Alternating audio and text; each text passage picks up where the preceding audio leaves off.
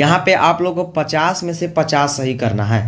अगर आप लोग 50/50 सही नहीं कर पाते हैं तो आप लोगों का तैयारी अच्छा नहीं चल रहा है, ये मैं दावे का साथ कह सकता हूँ। अगर आप 50 से 40 कर लिए सही, 50 से 40 आप कर सकते हैं सही, तो आपका ठीक ठाक चल रहा है। लेकिन आप 50 अगर नहीं कर रहे हैं तो आपका तैयारी उतना अच्छा नहीं है, आप लोग याद रखिएगा। चलिए, अपना पहला प्रश्न है, विषय पे आते हैं। अपना पहला प्रश्न कह रहा है कि बाबा साहेब भीमराव अंबेडकर के विख्यात भाषण एनिहिलेशन ऑफ कास्ट का हिंदी रूपांतरण जाति भेद का उच्छेद नाम से किसने किया? तो ललाई सिंह यादव, आप लोग याद रखिएगा।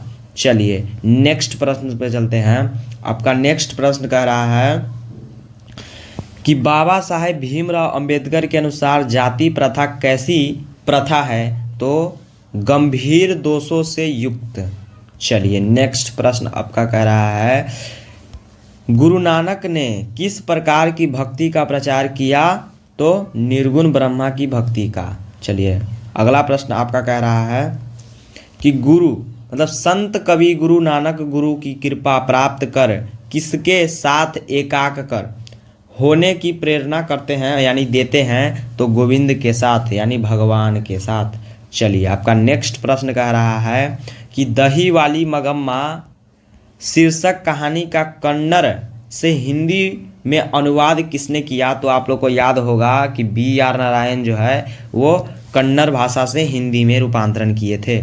चलिए आपका नेक्स्ट प्रश्न कह रहा है यानी अगला क्वेश्चन 6 नंबर क्वेश्चन कह रहा दही वाली मगम्मा से कर्ज किसने मांगा? तो दही वाली मगम्मा से कर्ज रगम्पा ने मांगा, आप लोग याद रखिएगा। चलिए आपका अगला क्वेश्चन कह रहा है कि नलिन बिलोचन शर्मा की स्कूल की पढ़ाई कहाँ से हुई? तो पटना कॉलेजिएंट स्कूल से। इनका जन्म कहाँ हुआ था? तो पटना के बदरघाट, पटना के बदरघाट। ठीक है, आप लोग याद रखिएगा। कब हुआ था? तो 1916 में। और इसका जस्ट अपोजिट याद रखिएगा कि मृत्यु कब हुआ था? तो 1961। ठीक है, चलिए अब अगला क्वेश्चन पे चलते हैं। नेक्स्ट क्वेश्चन आपका कह रहा है कि निम्नलिखित में कौन सेन साहब की लड़की नहीं थी? तो आपका मोहिनी हो जाएगा। चलिए अगला प्रश्न पे चलते हैं। कह रहा है कि कवि रसखान किस छंद के सिद्ध थे? तो सेवैया के छंद थे।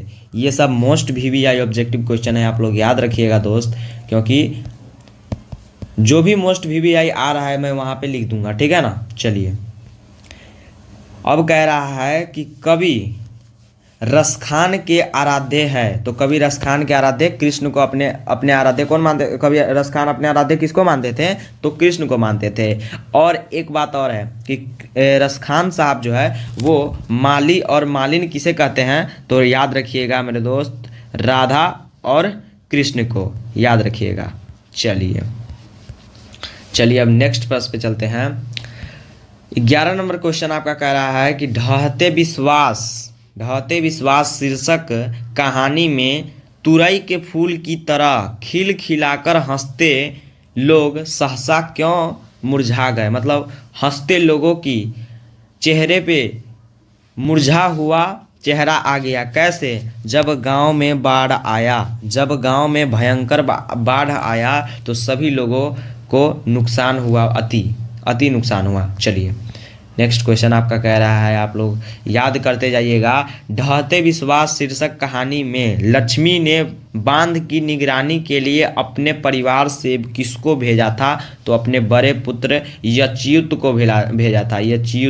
यच्युत को भेजा था, आप लोग याद रखिएगा। चलिए नेक्स्ट प्रश्न कह रहा है आपका कि मैक्स मुलर ने महारानी विक्टोरिया द्वारा प्रदान की गई किस उपाधि को अस्वीकार कर दिया? तो नाइट की उपाधि, याद रखिएगा आप लोग, नाइट की उपाधि। चलिए नेक्स्ट क्वेश्चन। मैक्स मुलर के अनुसार यूरोप में प्रचलित कहावतों और दंत कथाओं का प्रमुख स्रोत किस धर्म को माना जाता है? तो हिंदू धर्म को माना जाता है, याद रखिएगा। और मैक्स मुलर को वेदांतियों का वेदांती किसने कहा था? तो स्वामी विवेकानंद, आप लोग याद रखिएगा, विवेकानंद। ठीक है, चलिए नेक्स्ट क्वेश्चन पे चलते हैं। नेक्स्ट क्वेश्चन आपका कह रहा है, यानी अगला प्रश्न 15 नंबर क्वेश्चन, कि निम्नलिखित में कौन प्रेम की पीर के कवि है? तो घनानंद साहब हो जाएंगे। और आप लोग एक और याद रखिएगा, एक क्वेश्चन और, कि अपने कवि घनानंद जो है अपने आंसुओं को कहाँ पहुँचाना चाहते थे? अपने प्रेमिका रसखान के पास, आप मतलब प्रेमिका सुजान के पास। याद रखिएगा, अपने प्रेमिका सुजान के पास, सुजान के आंगन में अपने आंसुओं को पहुंचाना चाहते थे। चलिए नेक्स्ट क्वेश्चन चलते हैं। देखिए नेक्स्ट क्वेश्चन आपका करा 16 नंबर, कि कवि घनानंद ने अपने आंसुओं को कहाँ पहुंचाना चाहते थे? ये मोस्ट वीवीआई ऑब्जेक्टिव क्वेश्चन है, क्योंकि मैंने पहले भी आपको बताया है अभी। चलिए, अपने प्रेमिका सुजान के आंगन में पहुंचाना चाहते हैं। चलिए नेक्स्ट, ईश्वर पेटलीकर किस भाषा के लोकप्रिय कथाकार है? तो गुजराती हो जाएगा आपका राइट आंसर। और सावरदैया जो है वो राजस्थानी कवि है। चलिए, कह रहा है अगला क्वेश्चन 18 नंबर, माँ शीर्षक कहानी में किसको ठीक देखकर माँजी को हर व्यक्ति मंगू को अस्पताल में भर्ती कराने की सलाह देने लगे? तो कुसुम भी मंगू की तरह एक पागल लड़की थी जिसको अस्पताल में इलाज कराने से ठीक हो गई। इसीलिए गांव वाले मंगू के मम्मी को बोलने लगे कि आप अपनी बेटी को भी इलाज करवाइए, वो भी ठीक हो जाएगी। चलिए, अगला क्वेश्चन आपका कह रहा है कि अगला क्वेश्चन कह रहा है, हजारी प्रसाद द्विवेदी को किस ग्रंथ के लिए साहित्य अकादमी पुरस्कार प्राप्त हुआ? आप लोग याद रखिएगा मेरे दोस्त, याद रखिएगा, आलोक पर्व पर हजारी प्रसाद द्विवेदी को साहित्य अकादमी का पुरस्कार, ए इज राइट आंसर हो जाएगा। चलिए नेक्स्ट क्वेश्चन कह रहा है आपका कि कामसूत्र नामक ग्रंथ के रचनाकार कौन है? तो कामसूत्र नामक ग्रंथ के रचनाकार, याद रखिएगा आप लोग, कामसूत्र ग्रंथ के रचनाकार, इसमें मुझे कंफ्यूज है, आप लोग इसका ऑप्शन या आंसर कमेंट बॉक्स में बताइएगा। इसमें मुझे कंफ्यूज है, ठीक है, कमेंट बॉक्स में बताइएगा, कमेंट बॉक्स में बताइएगा, इसमें मुझे कंफ्यूज है। चलिए नेक्स्ट क्वेश्चन पे चलते हैं। चलिए नेक्स्ट क्वेश्चन कह रहा है आपका, बद्री नारायण चौधरी प्रेमघन हिंदी साहित्य के किस युग के महत्वपूर्ण कवि थे? तो आप लोग याद रखिएगा, भारतेंदु युग के कवि थे। ए इज राइट आंसर हो जाएगा आपका। चलिए अगला क्वेश्चन कह रहा है, स्वदेशी शीर्षक पाठ के अनुसार किस कारण से भारतीयों की बुद्धि विदेशी हो गई है? तो याद रखिएगा, विदेशी पढ़कर जो है स्वदेशियों की बुद्धि विदेशी हो गई है। चलिए नेक्स्ट क्वेश्चन आपका कह रहा है कि कहानीकार सुजाता का वास्तविक नाम क्या था? तो आप लोग याद कीजिएगा, ये मोस्ट वीवीआई ऑब्जेक्टिव क्वेश्चन है कि एस रंगराजन, याद कर लीजिएगा, इसको MTR लगा लीजिए। क्या कीजिए? MTR, मैं तुझे रटूंगा, MTR लगा लीजिएगा, ठीक है। अगर जो प्रश्न आपको नहीं याद हो रहा है उसको आप लोग MTR लगा लीजिए, क्योंकि अभी का समय MTR लगाने का है। चलिए नेक्स्ट प्रश्न आपका कह रहा है, नगर शीर्षक कहानी में वल्ली अमाल अपनी लड़की पाप पाती के साथ मैदुरे स्थित बड़े अस्पताल के किस विभाग के बाहर वरामदे में बैठी प्रतीक्षा कर रही थी? तो बहिरंग रोगी विभाग, याद रखिएगा, D नंबर राइट आंसर हो जाएगा। चलिए आपका 25 नंबर सवाल कह रहा है कि नागरी लिपि शीर्षक पाठ के लेखक कौन है? तो नागरी लिपि शीर्षक पाठ के लेखक गुणाकर मूल्य है, जिसमें नंदी नागरी और देवनागरी के बारे में बताया गया है। आपका हिंदी भाषा, मराठी भाषा, नेपाली भाषा, ये सब आ जाएगा आपका देवनागरी लिपि में। चलिए आपका नेक्स्ट क्वेश्चन कर रहा है कि पठित पाठ के आधार पर बताइए कि धारा नगरी का कौन सा शासक अपने विधानुराग के लिए इतिहास में प्रसिद्ध है? तो भोज।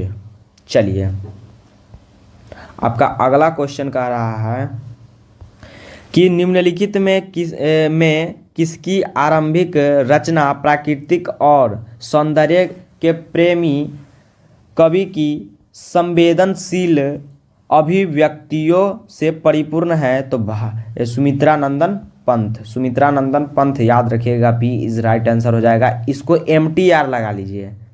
मुझे पता है आप सब में से बहुत ऐसे बच्चे होंगे जिनको ये याद नहीं होगा, तो आप MTR लगा सकते हैं।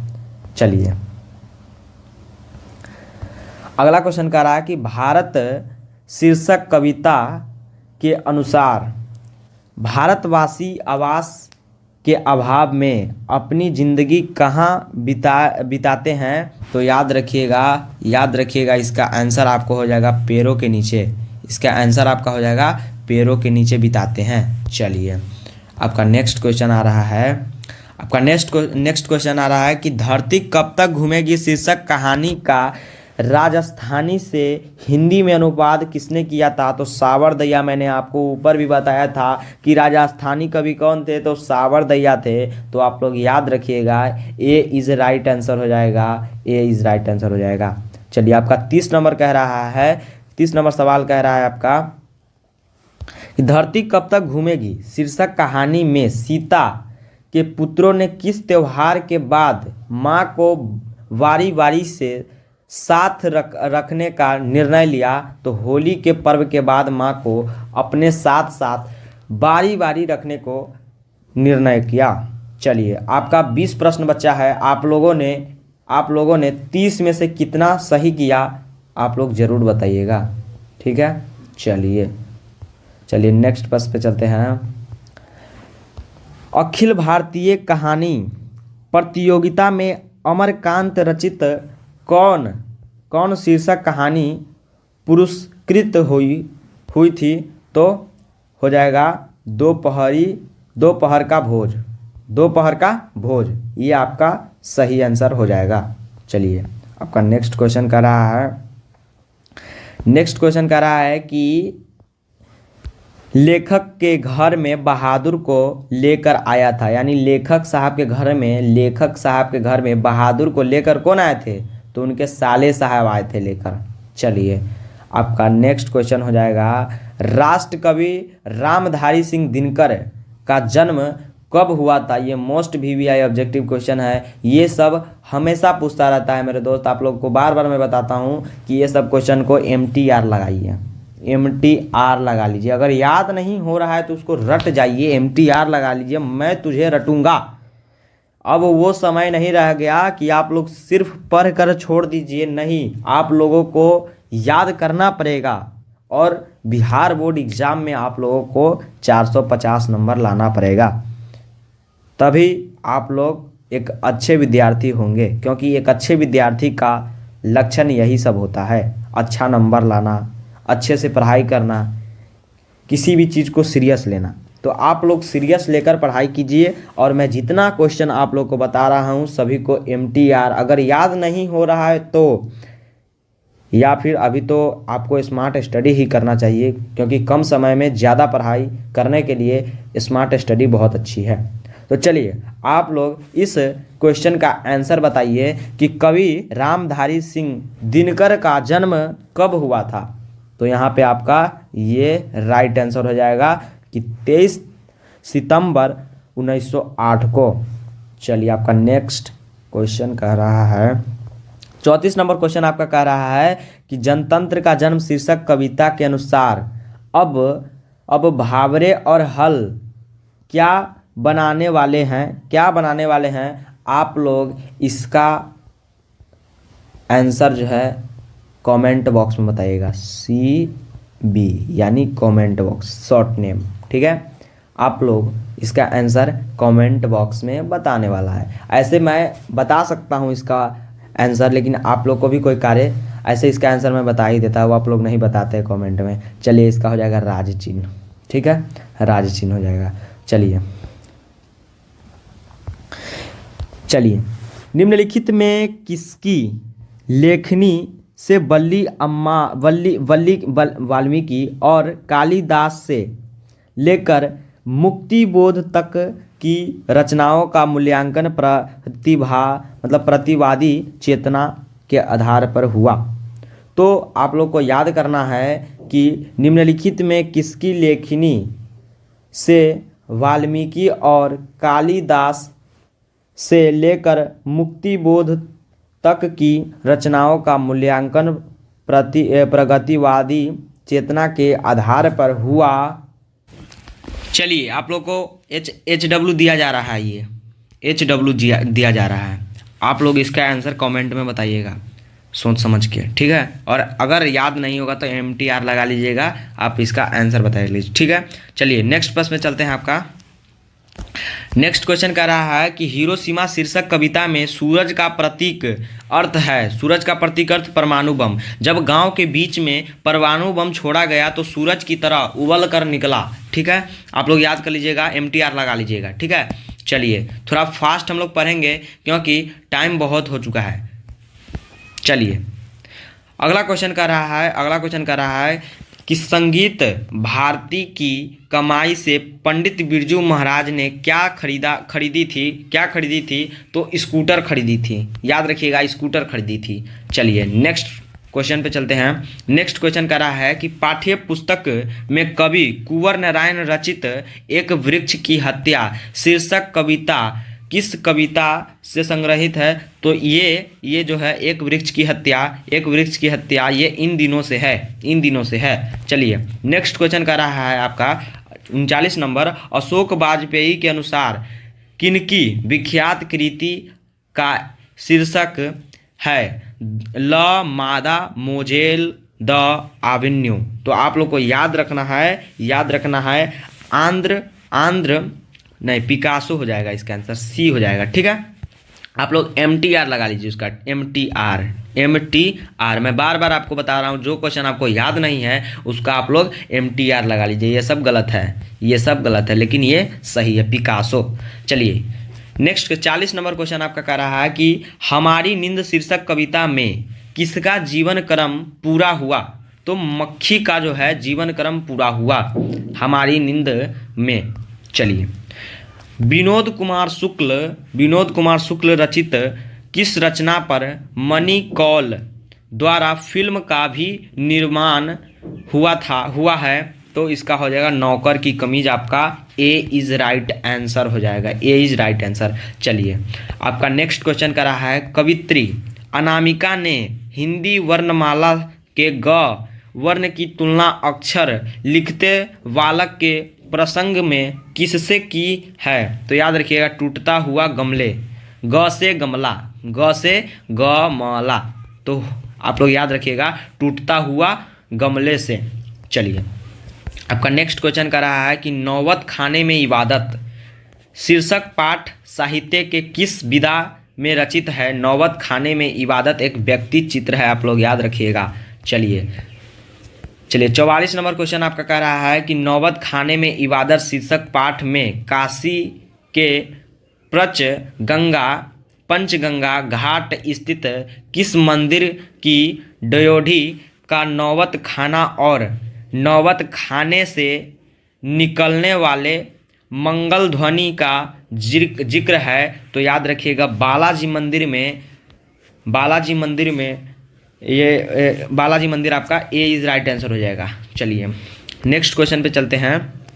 आपका 45 नंबर क्वेश्चन कर रहा है निखिल वंग रविंद्र साहित्य सम्मेलन के द्वारा कवि जीवनानंद दास रचित किस काव्य ग्रंथ को 1952 ईस्वी में श्रेष्ठ काव्य ग्रंथ का पुरस्कार दिया गया था? तो वनलता सेन। आप लोग याद कर लीजिएगा, ये बहुत ही वायरल प्रश्न है, MTR लगा लीजिए। मैं आपको बार बार कह रहा हूँ MTR लगा लीजिएगा। चलिए आपका नेक्स्ट क्वेश्चन कर रहा है कि लौट कर आऊँगा फिर शीर्षक कविता में अल्लू कहाँ बोलता है? तो याद रखिएगा आप लोग, कपास के पेड़ पर उल्लू बोलता है, माई मिस्टेक, बोलने में मिस्टेक हो गया है, उल्लू होगा, सॉरी, उल्लू, उल्लू। कपास के पेड़ पे, कपास के पेड़ पे। चलिए नेक्स्ट क्वेश्चन आपका कह रहा है कि महात्मा गांधी की माता का नाम था, महात्मा गांधी का नाम, माता का नाम पुतलीबाई था। याद रखिएगा, option A is right answer हो जाएगा। चलिए नेक्स्ट क्वेश्चन पे चलते हैं। नेक्स्ट क्वेश्चन कह रहा है आपका कि महात्मा गांधी की दृष्टि में सबसे उदात्त और बढ़िया शिक्षा क्या है? तो अहिंसक प्रतिरोध। महात्मा गांधी विदेशी शिक्षा का विरोध करते थे। अहिंसक प्रतिरोध होना चाहिए सभी, और पारिवारिक शिक्षा हमारे अंदर होना चाहिए। याद रखिएगा आप लोग मेरे दोस्त, याद रखिए। चलिए आपका 2 क्वेश्चन और बच गया है, उसको भी लगा ही लीजिए। चलिए 2 क्वेश्चन और देख लेते हैं। कह रहा है हमारा, दोनों क्वेश्चन आ गया है स्क्रीन पे। कह रहा है कि निम्नलिखित में किस कवि की काव्य शैली गीतात्मक है और भावबोध में रहस्योन्मुखता है? तो याद रखिएगा, रेनर मारिया रिल्के की, रेनर मारिया रिल्के की। और यहाँ पे 50 नंबर लास्ट, यानी लास्ट क्वेश्चन आपका कह रहा है, मज़ेदार क्वेश्चन है, लास्ट क्वेश्चन है ये, लास्ट क्वेश्चन कह रहा है, मेरे बिना तुम प्रभु शीर्षक कविता में भगवान की कृपा दृष्टि कहाँ विश्राम करती है? याद रखिएगा कवि के कपोलों पर। ये लास्ट क्वेश्चन का लास्ट आंसर हो जाएगा। तो आप लोग मेरे चैनल को सब्सक्राइब कर दिए होंगे, मुझे पता है, और बेल आइकन को भी ऑन कर लीजिएगा ताकि मेरा अगला वीडियो आप तक पहुंच पाएगा। चलिए मैं आप लोग को एक गाना सुनाता हूँ, आप लोग ज़रूर सुनिएगा। ममता के अनमोल खजाना कबो न दिल से तेजा, ममता के अनमोल खजाना कबो न दिल से तेजा, धड़केला हरदम बेटा खातिर माई के करेजा, धड़केला हरदम बेटा खातिर माई के करेजा। तो कैसा लगा आपको सॉन्ग? आप लोग ज़रूर बताइए कमेंट में, और आप लोग ये भी बता दीजिएगा कि आप लोगों ने 50 में से कितना सही किया, क्योंकि मैंने जितना भी क्वेश्चन यहाँ पे बताए सभी ऑब्जेक्टिव क्वेश्चन मोस्ट VVI है। तो चलिए आप लोग का धन्यवाद इतना देर तक के लिए मेरा वीडियो देखने के लिए, और चैनल पे नए हैं तो चैनल को सब्सक्राइब कर लीजिए। चलते हैं और मिलते हैं अगले